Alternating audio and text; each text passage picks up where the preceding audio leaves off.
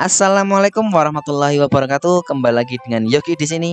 Pada video kali ini kita akan melanjutkan tutorial website ya. Nah, di video kali ini kita akan membahas mengenai database, khususnya adalah database MySQL yang nantinya akan kita gunakan dalam pembuatan aplikasi website.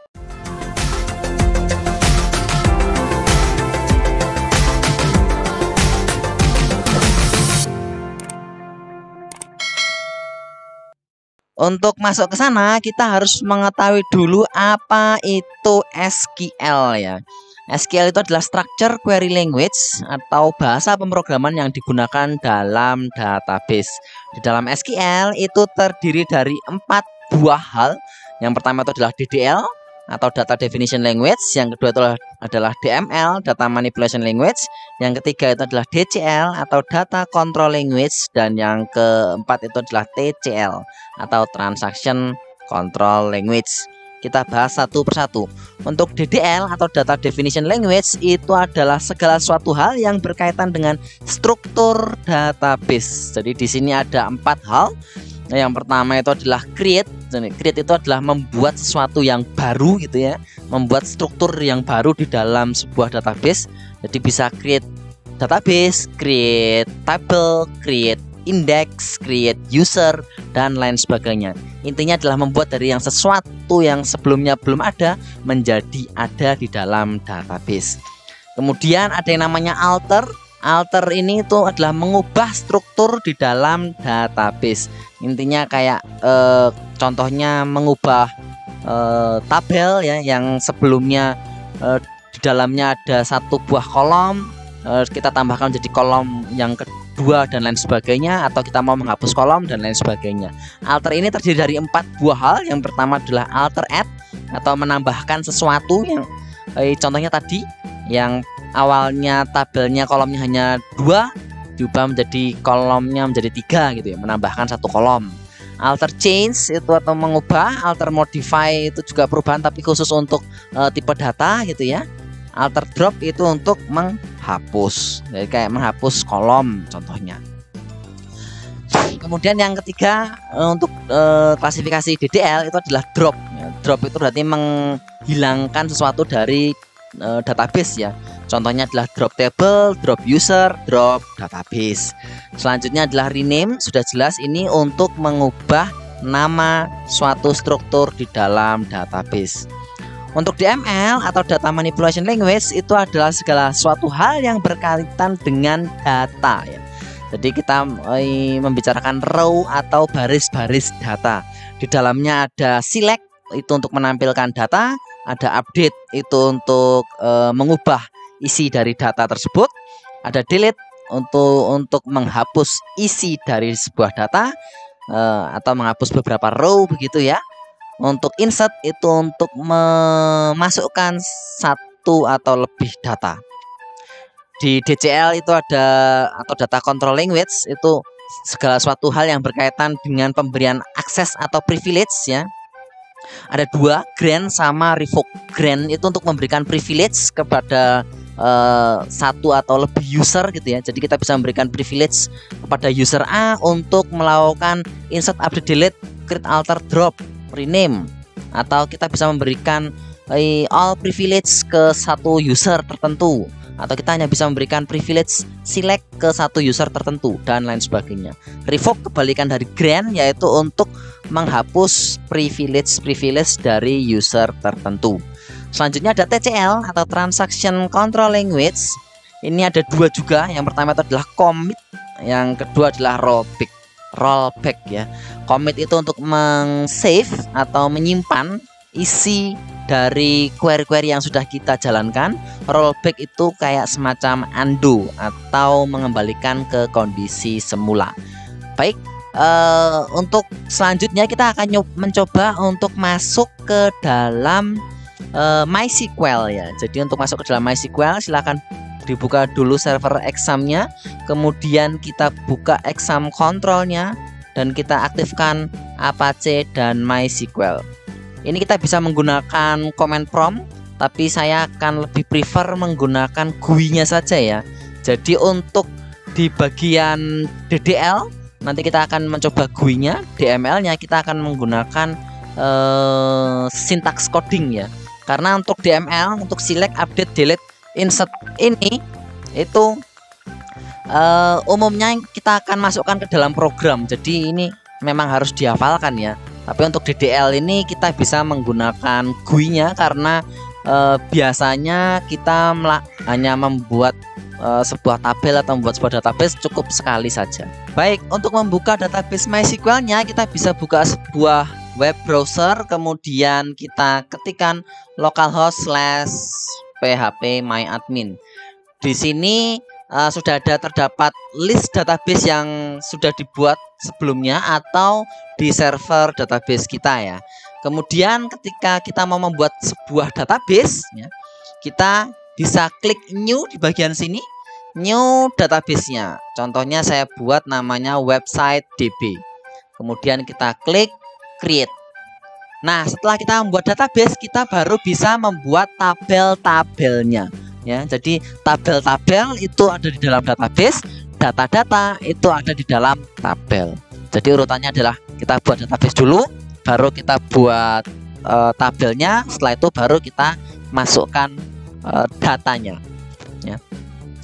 Kemudian untuk membuat sebuah tabel kita bisa buat di sini, ini karena belum ada tabelnya ya, no tables found in database. Kita bisa klik contohnya kita buat sebuah tabel namanya adalah mahasiswa, kolomnya contohnya 4, tinggal kita klik go saja. Kemudian di sini kita bisa isikan contohnya name, selanjutnya kolom keduanya nama, selanjutnya kolom keduanya adalah alamat, kolom terakhir ya tanggal lahir saja. Untuk name tipe datanya adalah varchar, char ya. Karena biasanya fix jumlahnya, misal 10 huruf begitu ya, 10 huruf. Untuk nama tipe datanya adalah varchar, contohnya 25. Untuk alamat tipe datanya adalah teks. Untuk teks tidak perlu membutuhkan length atau value. Jumlah karakternya tidak perlu didefinisikan. Dan tanggal lahir kita menggunakan date. Yang terpenting dalam sebuah tabel tentunya adalah primary key-nya ya. Jadi kita harus mengeset mana yang menjadi primary key-nya. Yang menjadi primary key-nya adalah name, sehingga kita bisa set primary key-nya di bagian index ini ya. Di bagian bawah sini kita bisa set menjadi primary. Kemudian di sini akan ada pop-up Windows untuk menambahkan index primary key ke dalam atribut name tadi. Tinggal kita klik go saja. Setelah itu di bagian sini ada AI atau auto increment ya. Auto increment ini digunakan apabila kita ingin membuat otomatisasi terhadap sebuah ID ya biasanya. Tapi hanya bisa dijalankan apabila tipenya adalah integer ya. Kalau tipenya selain integer tidak bisa di checklist seperti ini untuk AI-nya. Baik, kita uncheck dulu ya karena ini tipenya adalah char. Selanjutnya setelah selesai kita bisa klik save di sini. Nah, kita lihat bahwasanya struktur tabel kita itu adalah name, nama, alamat, tanggal lahir dengan tipenya seperti ini, dan di dalam name-nya itu ada icon kunci ya yang menunjukkan primary key. Ketika kita mau masuk ke dalam database-nya tadi, kita bisa cek di bagian sini ya, database website DB. Nah, di sini berarti kita punya satu buah tabel mahasiswa. Jadi itu tadi create ya, create yang maksudnya DDL. Kalau kita mau menghapus ya tinggal klik drop. Nah, itu berarti DDL drop ya. Kalau mau alter ya berarti di sini tinggal masuk ke bagian structure ya. Mau ditambahkan satu kolom di bagian sini ya tinggal klik go saja, nanti menambahkan satu kolom itu berarti alter add. Kalau mau dihapus di sini ya alter drop gitu, alter change atau modify nanti juga bisa di sini di bagian tombol change ini. Itu untuk DDL-nya atau data definition language-nya. Untuk DML atau data manipulation language kita coba masukkan dengan query saja ya. Ya, di bagian sini query. Kemudian untuk DML tadi ada 4 ya. Yang pertama itu adalah insert ya. Kemudian ada insert, update, kemudian delete dan select. Nah, untuk insert itu query-nya itu adalah insert nama table ya. Kemudian dalam kurung seperti ini ada kolom pertama, kemudian kolom kedua, kemudian kolom ke N dan seterusnya. Setelah itu ada values. Yang pertama adalah isi yang pertamanya ya. Kemudian atau ini data 1 begitu aja lah ya. Data yang pertama, kemudian ini data kedua, kemudian data ke N ya. Diakhiri dengan titik koma. Selalu seperti itu ya. Jadi setiap query SQL selalu diakhiri dengan titik koma. Untuk update itu menggunakan query seperti ini, update nama table, kemudian set nama kolomnya ya, nama kolomnya sama dengan ini data barunya ya. Kalau mau ada dua kolom yang diubah ya berarti nama kolom 1 sama dengan data baru 1, lalu nama kolom 2 sama dengan data baru 2 dan seterusnya. Where-nya itu adalah kondisinya ya. Kondisinya apa? Biasanya kondisinya ini adalah nama kolom, operator, lalu value ya. Jadi contohnya adalah where ID sama dengan 1 begitu ya. Untuk delete itu strukturnya itu adalah delete from nama table, kemudian where nama kolom, operator, value sama ya. Where-nya adalah kondisinya. Kondisinya apa begitu ya. Untuk select itu struktur dasarnya adalah select bintang from ya, bukan select bintang ya, select ini kolom ya. Kolom yang ingin dilihat. From-nya adalah nama table, habis itu where-nya adalah kondisi. Jadi strukturnya seperti ini ya, insert, update, delete dan select. Selanjutnya kita bisa coba untuk memasukkan data yang tadi ya. Insert into nama tabelnya tadi adalah mahasiswa ya. Terus kita set, tadi ada name, nama, alamat dan tanggal lahir. Di sini values-nya adalah yang pertama name-nya contohnya H1D001 begitu ya. Namanya adalah Yogi. Alamatnya adalah di Jakarta dan tanggal lahirnya itu mengikuti formatnya ya. Formatnya contohnya 2000, tahun 2000, year atau tahun, kemudian bulan 01 misal ya. Terus tanggalnya adalah 31 atau ini dibuat biar kelihatan ya, bulan, tahun seperti itu. Lalu titik koma ya. Kemudian untuk update-nya contohnya kita bisa buat update mahasiswa ya. Contohnya update mahasiswa, terus ini biar terlihat seperti ini. Nah, update mahasiswa set, contohnya kita ubah namanya ya, nama sama dengan Indra, terus alamat sama dengan mana, Bandung ya. Where name-nya sama dengan H1D001 titik koma, selalu seperti itu. Untuk delete-nya ya berarti tinggal kita kasih contoh delete from mahasiswa where name sama dengan H1D001 titik koma. Untuk select contohnya select bintang from mahasiswa where ID sama dengan where name sama dengan H1D001 titik koma. Oke, kita coba kopikan dulu seperti ini ya. Ini kopinya gimana ini? Kita copy, kita pindahkan ke sini dulu ya. Nah, kita akan coba satu persatu ya. Insert into mahasiswa bla bla bla bla, ini kita copy, terus kita coba jalankan query-nya ya. Nah, seperti ini, kemudian kita klik go. Maka nanti di bagian tabel mahasiswa akan ada satu buah data, yaitu H1D001 Yogi Jakarta, tanggal lahirnya 31 Desember 2000 ya. Kemudian kalau kita mau update mahasiswanya tadi, kita pakai query seperti ini. Kita update namanya menjadi Indra dan alamatnya menjadi Bandung ya. Kita masuk lagi ke SQL, kemudian kita pastekan ya.